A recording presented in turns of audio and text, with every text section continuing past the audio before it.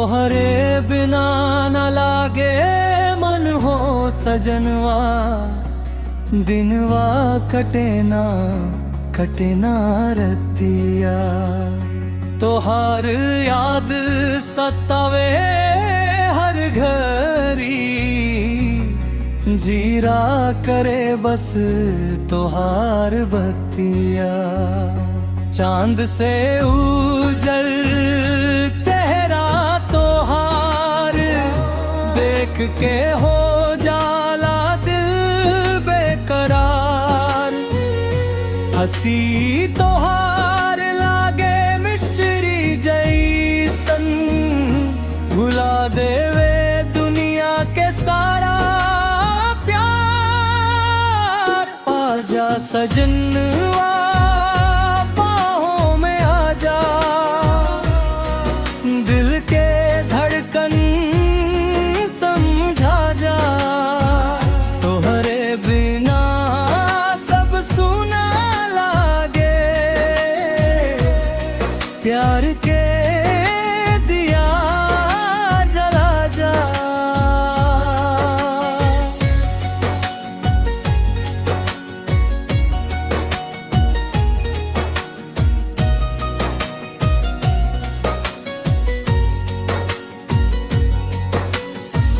जब से देखनी तोहरे नैना, हो गई नी हम ता दीवाना। सपना में आवे दिन रात तू, भूला देहलू सारा जमाना। गोर गोर गाल लाली करे छूली हर एक रतिया। तोहरे संग बिते हर पलवा, एही में बा हमार दुनिया। आजा सजनवा बाहों में आजा, दिल के धड़कन समझा जा।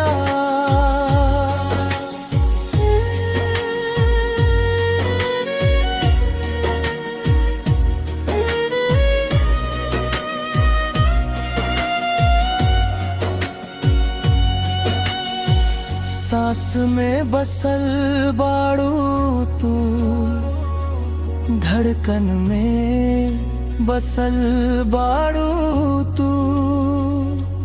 रब से मांगनी हर जन्म में,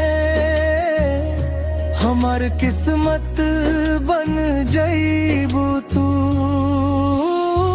ना जाइह दूर हमसे कभी, छूटे न साथ तोहार।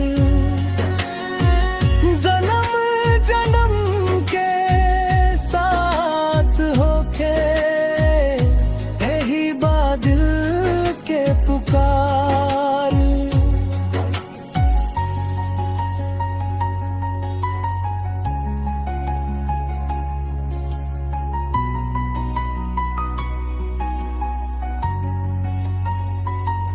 बरसात में भीगे संग संग,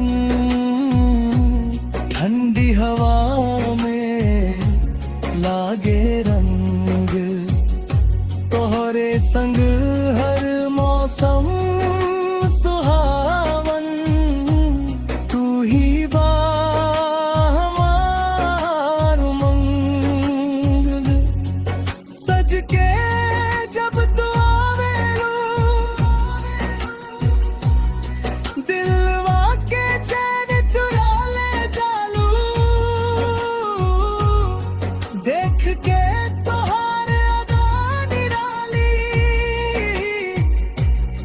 हम तो खुद के भुला जालू। आजा सजनवा बाहों में आजा, दिल के धड़कन समझा जा। तोहरे बिना सब सुना